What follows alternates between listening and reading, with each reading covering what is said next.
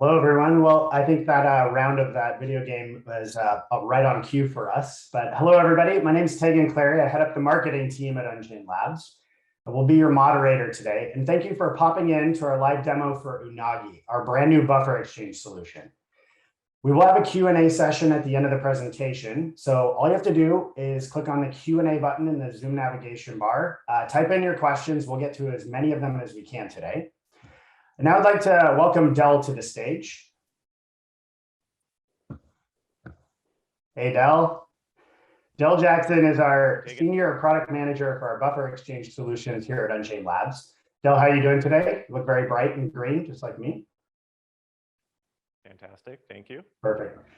All right, well, Del's going to walk us through how simple and easy it is to use Unagi, our buffer exchange solution, for sample cleanup, concentrating samples, and concentrating samples up into a desired working range, cleaning up samples to get rid of things, or to get your biologics or gene therapy vectors from one buffer into another. So Del, I'll hand it over to you. I will be back at the end to answer questions or to ask Del questions, and he will answer them. And for now, Del, I'll see you in a little bit. You go ahead and take it away. Oh, thank you so much, Tegan. Appreciate that. Yeah, and thanks for the introduction. I am Del Jackson, Senior Product Manager for Buffer Exchange here at Unchained Labs. If you've tuned in today, you probably already have a good idea of what buffer exchange and sample concentration are and how important they are. That's probably what unites all of you tuning in from home or from the office, I suppose. What might separate is the biomolecules that you're doing currently doing buffer exchange and sample concentration on. So today I'm super excited to give you a live demo, or as live as you can across Zoom, of Unagi, which is our solution, a replacement and improvement over those manual buffer exchange and concentration techniques you might be using. And this is applicable for a wide range of biomolecules and biologics and gene therapy applications. So whether you're doing formulation studies on proteins or monoclonal antibodies, perhaps you're desalting nucleic acids, DNA, RNA, to get them ready so you can analyze and quantify them. Or perhaps you're working with gene therapy vectors like AAVs and lipid nanoparticles, and you have to do some buffer exchange and sample concentration on those. I'm really excited to show how Unagi is going to be able to not only save you time, but also deliver superior results, greater than 96% sample recovery for that. So that's what we're going to do today. Spend the next 20 minutes or so. We're going to look at the technology, the software, the hardware, but it all starts right here with the Una. The Una is our single-use consumable. This is what you would put your samples in to run them in Unagi. And as you can see here in the sample rack, you can run from 1 to 8 Unas at a time. The working volume range in a Una is between 0.5 or half a mil all the way up to 8 mils. And this sample rack, I really like this. It's sometimes the small things, right? So what I really love about this is that I can take this to my bench, transfer all my samples, take time, load it up in the sample rack, and then bring it over to Unagi in one trip. I'm lazy like that, so I don't want to make repeated trips back and forth. The sample rack makes that possible. But Del, you might be asking, what if I have to concentrate more than 8 mils down? Well, you can see to the left of it, we have our sample and buffer rack, and we use standard 50 mil conical tubes for that. And so from here, you can actually put extra sample in those times when you have to concentrate a larger volume down, and you can go from 48 all the way down again to half a mil concentration. These tubes are actually the same tubes that you'll also put your new buffer in that you want to exchange into. So there's a quick overview of the consumables, but now let's see how it goes into Unagi. So I'll open up the door. And if all of you could just gather around, don't be afraid, you won't get hurt. We'll poke our heads in and take a closer view of the deck of Unagi. So on the left here, you see that location for the buffer rack. Let me just take a moment and place that in here.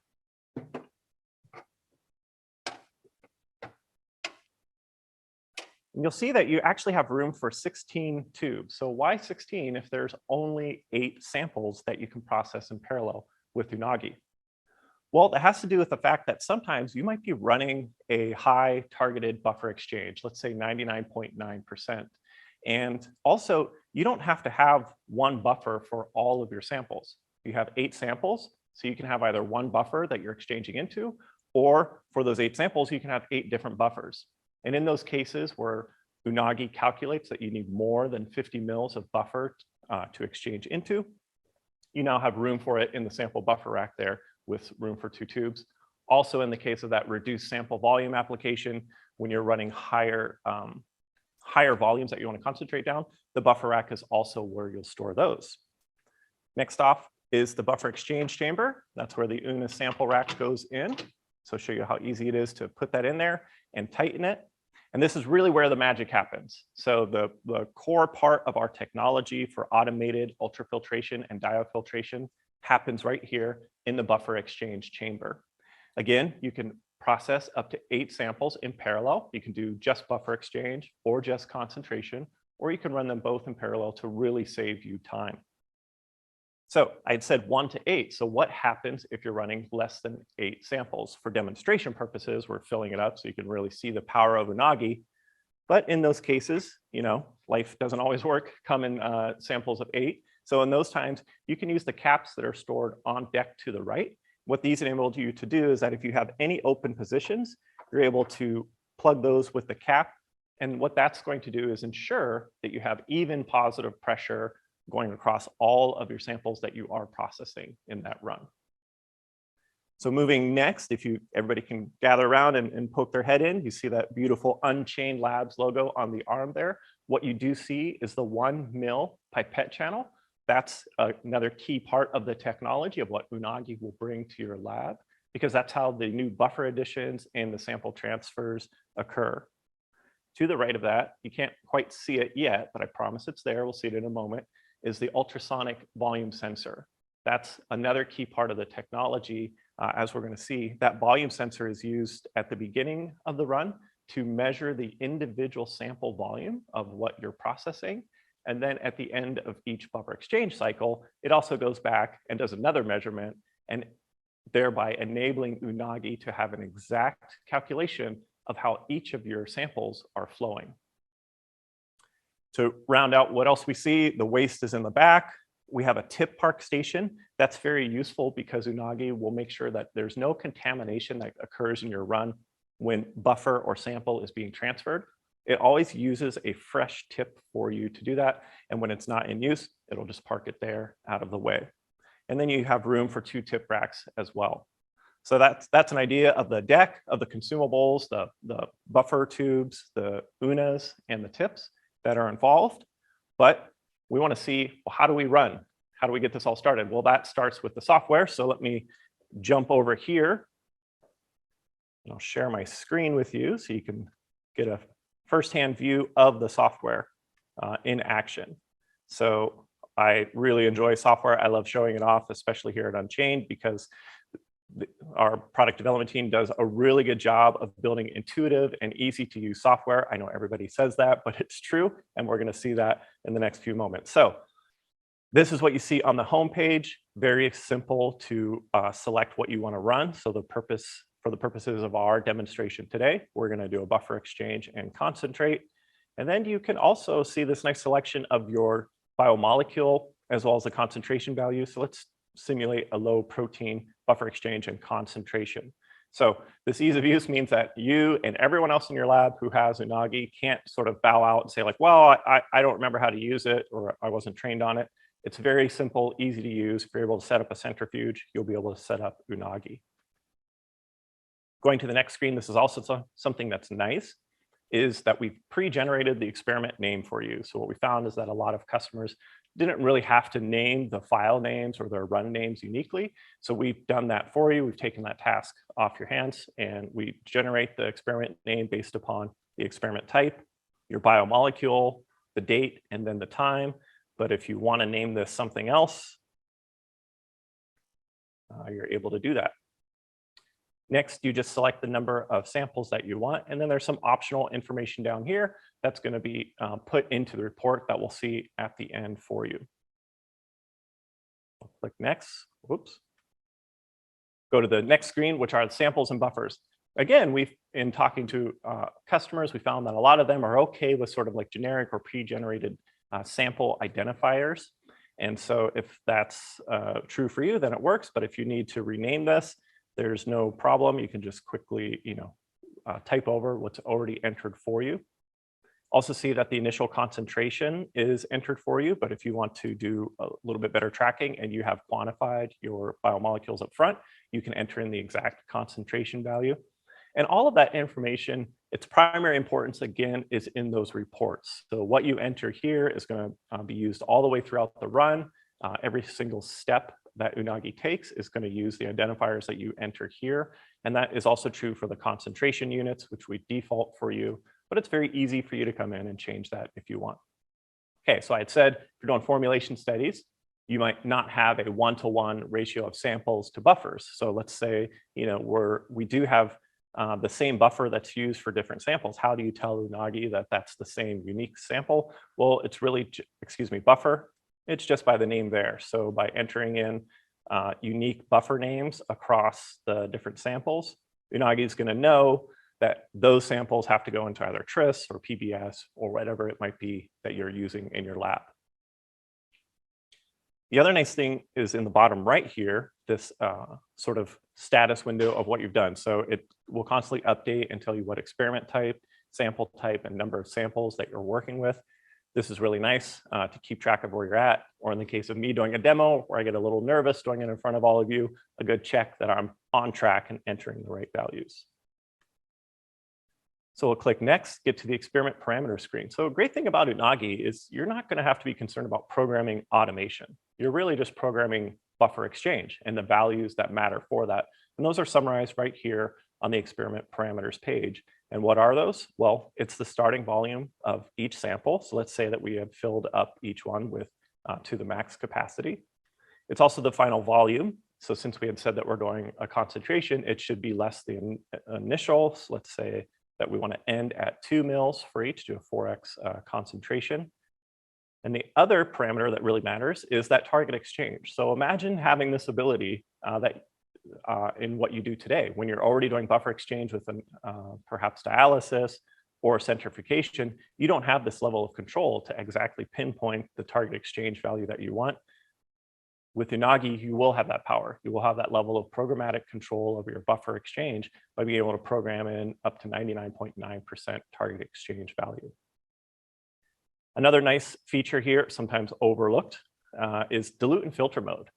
This is also powerful. We can't do it here because I'm sort of maxing out the working volume range, but just to give you an idea, if you're working with more concentrated samples or biomolecules like LNPs, there can be application advantages to doing a dilution right up front. And it's as simple as checking the box and entering in that pre-dilution value you want Unagi to apply to each sample. But Del, there's more things to enter, right? So where is that? Well, we found that the sample parameters are usually sort of left alone. But if you want finer control over your buffer exchange and concentration runs, you have that right here with just a few clicks. And so if you don't want to use the recommended settings, you're able to change the pressure level between 15, 30, and 60 PSI, the mixing speed, the mixing duty cycle, whether or not you do want to reuse tips, and then how much buffer you want to remove per cycle as well. That's also easily programmed. So once you hit OK, click next, it takes you to the next screen. Again, another creature comfort so that everybody in the lab is comfortable using Unagi. It gives you the bird's eye view of the deck there and really walks you through telling you exactly how many UNAs to load and in what order they should go, how much buffer per tube and where that should go in the buffer rack.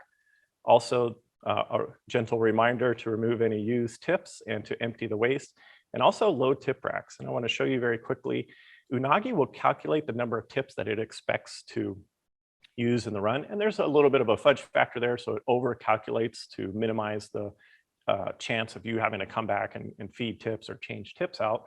But it gives you an estimate of how many are used. It also tracks tip use between run. We're in simulation mode, so I need to enter it here. But very quickly, you can tell Unagi how many tips and where the next available tip is starting at with just a few clicks.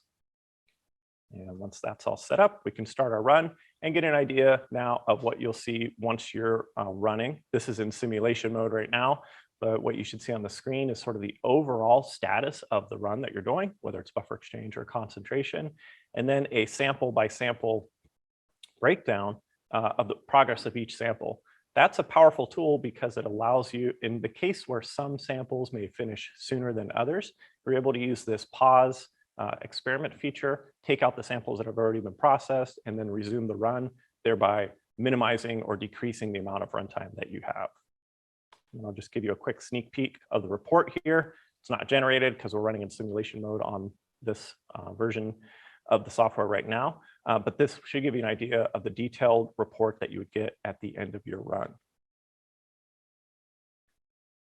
But you didn't tune in to see me click through a bunch of stuff in software, right? You want to see a live demo. You want to see Unagi working in action. So let's jump over to the instrument and take a look at that.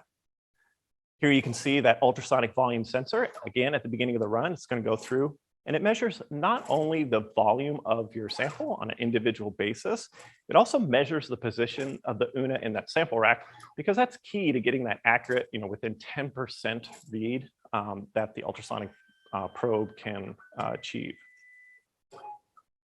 That information, that flow rate information, is used to adapt the amount of time that positive pressure is applied. Again, that's done at either 15, 30, or 60 PSI. But if you have samples that are flowing fast, it's going to adapt each buffer exchange cycle time. Now you see that 1 mil pipette channel adding new buffer to the samples. This is, again, another key part. And you might be thinking, well, Del, what if I have samples or buffers that are at different viscosities or different concentrations? Are my dispenses going to be good? Well, we have validation data that shows that we get less than 1% CV, so highly accurate and highly precise across a wide range of working volumes and viscosities. Finally, that gentle orbital mixing, something you can program. We're demonstrating it right here. Typically, the door is shut while that's happening. This is really key because what it does for you is it makes sure that your samples flow quickly, but also you have higher sample recovery because it avoids any sort of dead-end ultrafiltration effect at the surface that you can get with other types of buffer exchange. So there you go. Hopefully with that, you now have a really good idea of how Unagi can work for you in your lab to deliver not only superior sample recovery values, but also give you a little bit of peace of mind and free up your day by saving you time. And with that, I'll pass it back over to Tegan. Great. So, hey, thanks for walking us through how easy it is to set up a run on the Unagi system. It really is that easy. I think the only other things people would have had to do is fill their buffer, the buffers up in the tubes, put their samples in the Unas, load them, and ready to go. So it is that easy. Unagi really was designed to take over this critical and tough job of buffer exchange and sample concentration. And I think many people struggle with that on a daily basis. And this system was really designed for people that have a handful of samples every day. And I think it's going to really help. So let's there's a bunch of questions. Let's go ahead and dive into those, Del. And if anybody has an additional question you want to type into the Zoom question bar, please do that now so we can get to them. We have a little bit of time. So let's knock some of those questions out. Okay. Del, what happens? You mentioned a bit on tips and tip tracking. What happens if you run out of tips during the run? If that happens, then the instrument will pause and it will alert you through the run monitor. So the laptop that comes with Unagi will display a message. And something I didn't mention, but there's also the option to set up text notifications. So typically that's how users would know at the end of the run. If they're not near the Unagi, they'll get a text message on their cell phone, but it will also give you messages, run messages as well. So you'd also get a notice that says, hey, sorry, ran out of tips. Please come back and feed some more to me. Great. I think a facilities question here about having an Unagi in the lab. What if someone doesn't have an air hookup? What would you recommend they do, or do they have to get one? What about the air requirements? So we do have air requirements, and I can't repeat them, or I don't know the exact values. They're in the brochure. And typically, most customers will hook up to house air. Clean, dry air is a requirement. You also have the option to hook up to nitrogen as well if you have any concerns about reactivity in the buffer exchange chamber. But if you want to use Unagi, it's a nice benchtop system, so it can really fit anywhere. But if air isn't convenient, you can run it with a compressor. That compressor is going to have to deliver the same air requirements that we require. And although we don't sell a compressor, we have tested it with a few. So we do have either a specific model we could recommend for you, or at least share the specifications of it so that you will be able to run Unagi anywhere, even if it's not convenient to hook up to house air. Perfect, Del. Del, you did mention this, but I'm going to hit it again. You mentioned, a reason why there are 16 sample buffer tubes and only 8 samples. Can you just remind everybody why that is? Yeah, so 2 reasons. First off is there's going to be some cases where you require basically, more than 50 mils of new buffer for what you put in. So those values that you enter in that will determine that is if you have, a 1-to-1 ratio of buffer to sample. Also, that target percent to exchange. So if you're going for 99.9%, that there's a good chance that you'll require more than 50 mils of new buffer.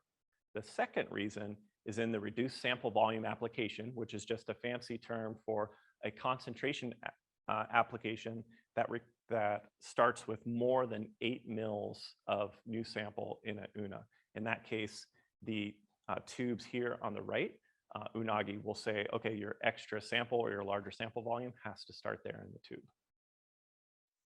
Great. Del, how would somebody know when a run is finished? Is there do they just have to kind of come back, check over and over again? What does Unagi do to let people know about run times and when things are done?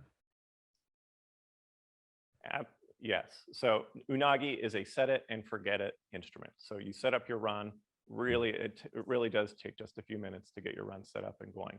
We don't want you to be tied to it. What we're delivering is sort of superior results, by hopefully freeing up time for you. The way that we do that again is that we will give you an update on the run monitor, or you can get those text message updates on your cell phone, and Unagi will tell you when your runs are done.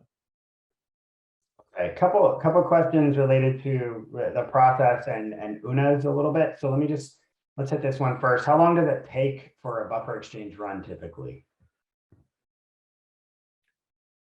I'm terrible at answering this question. How long do runs take? The short answer is it's typically between 1 to 8 hours. On average, I would say maybe two hours to get your runs done. The little bit longer answer is that how fast your run takes really is determined by how fast stuff will flow through here. So what determines that? Well, we have a 10 kilodalton molecular rate cutoff, so the pore size somewhat determines how fast things are going. The other thing that determines it is the viscosity of your sample, the viscosity of either the initial buffer or the new buffer. And the factors that determine that is really like your formulation, the temperature, viscosity as a function of temperature, as well as like your sample concentration. So thicker things flow a little bit slower, let more dilute things flow a little bit faster. So, but on average, we've seen some runs that are done in less than an hour, and then concentration and buffer exchange runs at a 99.9% target that can take a little bit longer, around 6 hours.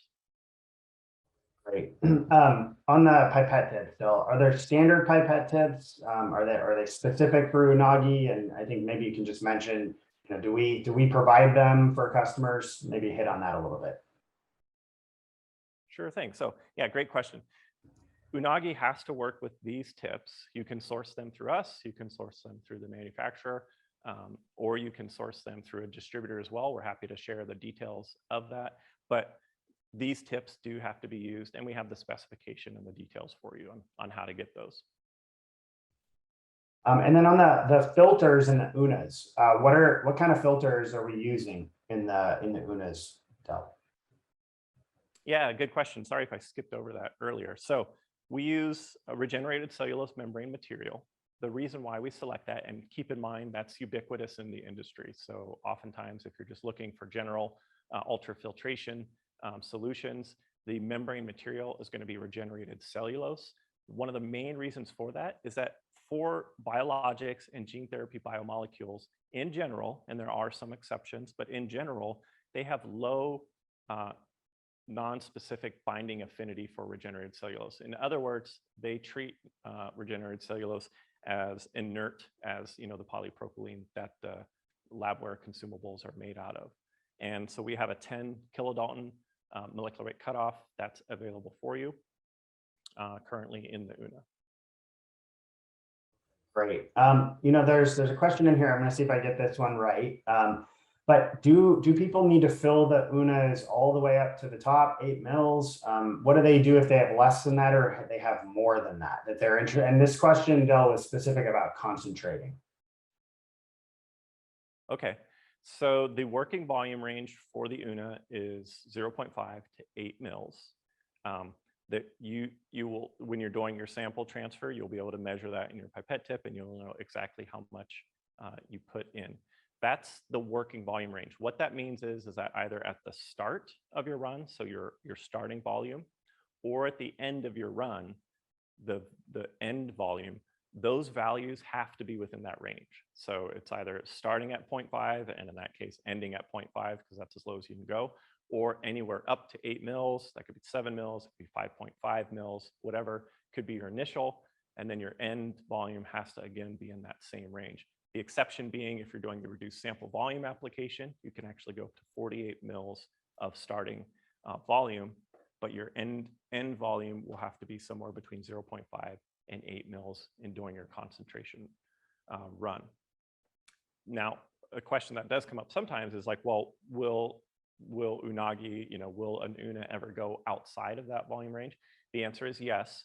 So when we add new buffer, or perhaps when we just concentrate, at times it may go a little bit below or a little bit above that working volume range. But Unagi will make sure that before the door closes and it starts to do the orbital mixing, that it's at a safe volume level. So that's one of the reasons you can actually fill this up more than 8 mils, but we don't recommend it because you don't want to have any sort of splashing or contamination risks in your runs. Okay. Few kind of late entries here, but they're good ones. So Del, how do we dispose of waste? Where does the buffer or the liquid waste end up with Unagi? Yes. So quickly, solid waste ends up here in the waste, and that's just tips. And then you can handle safely disposing of the Unas or the buffer tubes on their own. What you can't see, and I don't think Jeff our videographer has a handy cam, but it's fine, is there's actually a waste tube at the bottom that's typically gravity fed. So we do recommend that the waste tube, there's a single outlet port in the buffer exchange chamber where all of the filtrate is collected, and it goes to that waste tube. It's gravity fed, but due to the fact of those pressurizing cycles, it gets a little bit of help when it is pressurized to push that waste fluid out. Great.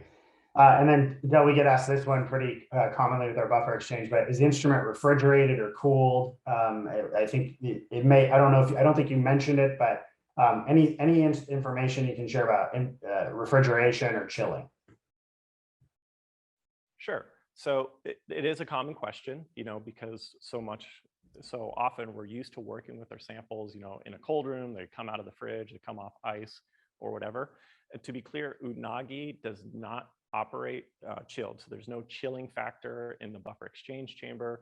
We don't recommend that you take Unagi and run it in a cold room, because that can raise some complications.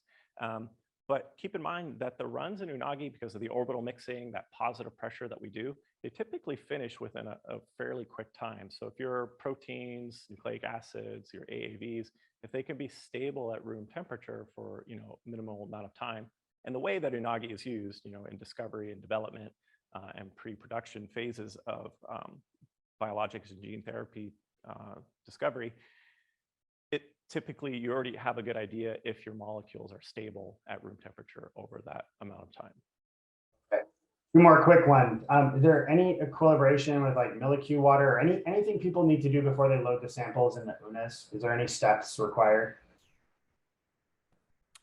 There is a step, yeah. And so we do recommend that you charge, that you with like either it could be water, DI water, filtered water, or your final buffer. We do recommend that you add, I think it's probably like 200 microliters or so in here to sort of recharge or pre-charge, I guess, your Unas for filtering.